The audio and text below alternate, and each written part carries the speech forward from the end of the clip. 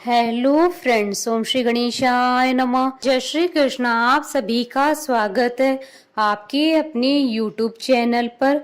Friends, आज हम आपको इस वीडियो में बताने जा रहे हैं वैशाख मास महात्म्य के 9वें अध्याय के बारे में और स्कंद पुराण के अनुसार वैशाख मास महात्म्य के दूसरे अध्याय के बारे में। फ्रेंड्स, वीडियो शुरू करने से पहले आपसे रिक्वेस्ट है, अगर आप हमारे चैनल पर नए हैं और आपने अभी तक हमारे चैनल को सब्सक्राइब नहीं किया है तो प्लीज सब्सक्राइब कीजिएगा चैनल को, साथ ही प्रेस कीजिएगा बेल आइकन को, जिससे नए वीडियो से रिलेटेड नोटिफिकेशन आपको तुरंत प्राप्त हो सके।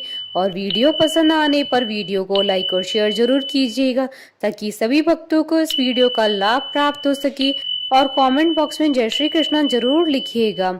वैशाख मास महात्म सब प्रकार के विघ्नों का नाश करने वाले तथा सारी सृष्टि का पालन करने वाले श्री गणेश जी तथा ज्ञान के दाता देवी श्री सरस्वती जी तथा सब पुराणों के कर्ता श्री व्यास जी तथा श्री गुरुदेव जी के चरण कमलों में नमस्कार करके भगवान की श्रद्धा और भक्ति रस में डूबे हुए वैशाख मास महात्म की कथा कहती हूँ। वैशाख मास में विविध वस्तुओं के दान का महत्व तथा वैशाख स्नान के नियम। नारद जी कहते हैं, वैशाख मास में धूप से तपे और थके मांदे ब्राह्मण को श्रमनाशक सुखद पलंग देकर मनुष्य कभी जन्म मृत्यु आदि के कलेशों से कष्ट नहीं पाता है। जो वैशाख मास में पहनने के लिए कपड़े और बिछावन देता है वह उसी जन्म में सब भोगों से संपन्न हो जाता है और समस्त पापों से रहित हो मोक्ष को प्राप्त होता है। जो तिनके की बनी हुई या अन्य खजूर आदि के पत्तों से बनी हुई चटाई का दान करता है उसकी उस चटाई पर साक्षात भगवान विष्णु शयन करते हैं। चटाई देने वाला बैठने और बिछाने आदि में सब ओर से सुखी होता है। जो सोने के लिए चटाई और कंबल देता है वह उतने ही मात्र से मुक्त हो जाता है। निद्रा से दुख का नाश होता है, निद्रा से थकावट दूर होती है और वह निद्रा चटाई पर सोने वाले को सुख पूर्वक आ जाती है।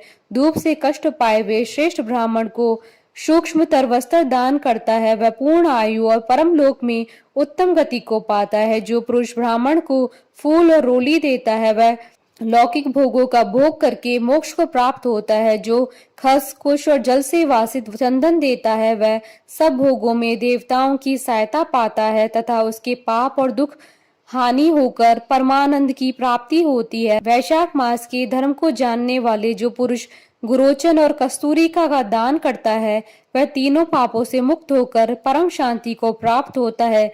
जो विश्रामशाला बनवाकर प्याऊ सहित ब्राह्मण को दान करता है वह लोकों का अधिपति होता है।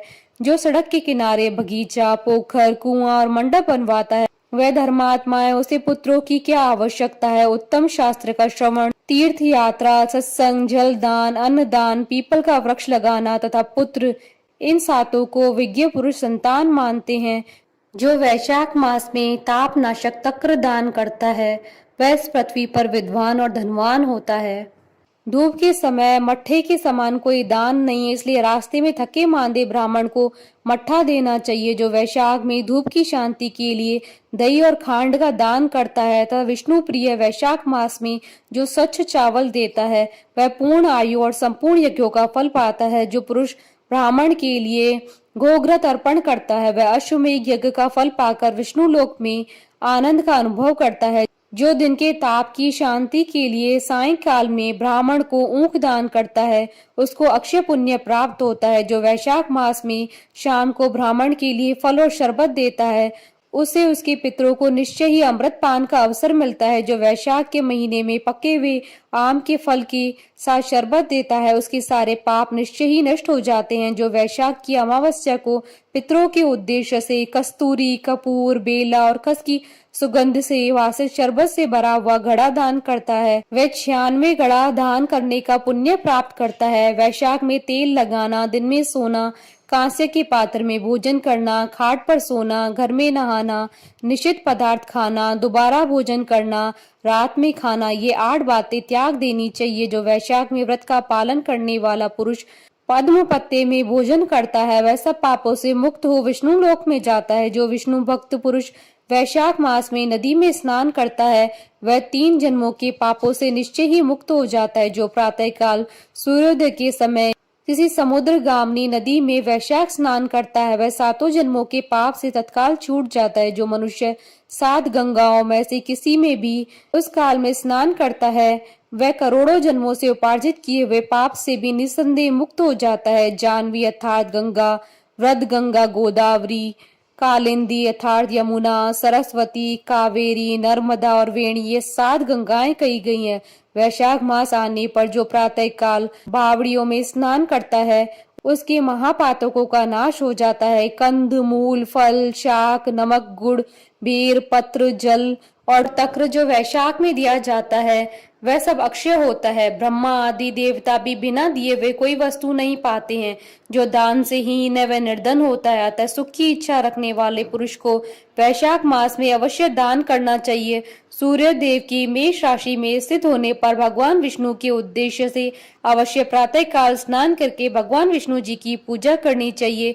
कोई महिरथ नाम का एक राजा था जो कामनाओं में आसक्त और अजितेंद्रिय था। वह केवल वैशाख मास के स्नान से ही स्वतः वैकुंठ धाम को चला गया। वैशाख मास के देवता भगवान मधुसूदन है, अतः वह सफल मास है। वैशाख मास में भगवान की प्रार्थना इस प्रकार करे, हे मधुसूदन, हे देवेश्वर माधव, मैं मेष राशि में सूर्य के स्थित होने पर वैशाख मास में प्रातः स्नान करूंगा, आप इसे निर्विघ्न पूर्ण कीजिएगा।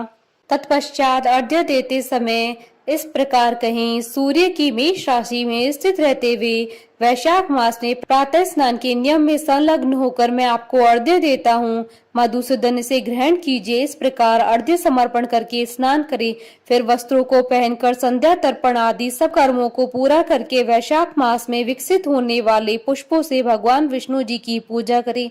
उसके बाद वैशाख मास के महात्म को सूचित करने वाली भगवान विष्णु जी की कथा सुने। ऐसा करने से कोटि जन्मों के पापों से मुक्त होकर मनुष्य मोक्ष को प्राप्त होता है। यह शरीर अपने अधीन है और जल भी अपने ही अधीन है, साथ ही अपनी जीवा भी अपने वश में है। अतः इस स्वाधीन शरीर से स्वाधीन जल में स्नान करके स्वाधीन जिह्वा से हरि इन 2 अक्षरों का उच्चारण करें। जो वैशाख मास में तुलसी दल से भगवान विष्णु जी की पूजा करता है वह विष्णु जी के सानिध्य से मुक्ति को पाता है। अतः अनेक प्रकार से भक्ति मार्ग से तथा भांति भांति के व्रतों द्वारा भगवान विष्णु की सेवा तथा उनके सगुण और निर्गुण स्वरूप का अनन्य चित्त से ध्यान करना चाहिए। इति श्री स्कंद पुराण अंतर्गत वैशाख मास महात्म का 2य अध्याय संपूर्ण हुआ। बोलिए भगवान विष्णु की जय, सनातन धर्म की जय। हमारे साथ इस वीडियो में अंत तक बने रहने के लिए आपका धन्यवाद। ओम श्री गणेशाय नमः। जय श्री कृष्णा।